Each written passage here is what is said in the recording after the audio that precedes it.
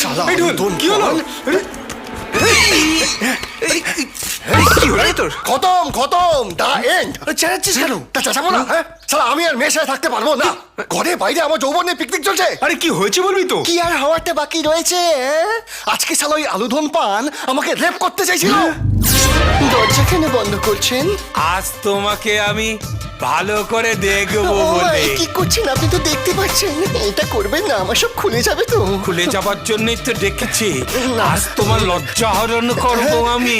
না না পান্ডবু, আমার লজ্জা হরণ করতে গেলে আপনি কিন্তু লজ্জায় পড়ে যাবেন। কি করছেন? এরকম করবেন না। বুকে গন্ধ। এরকম করবেন না, আপনি আমার বাবার মতো।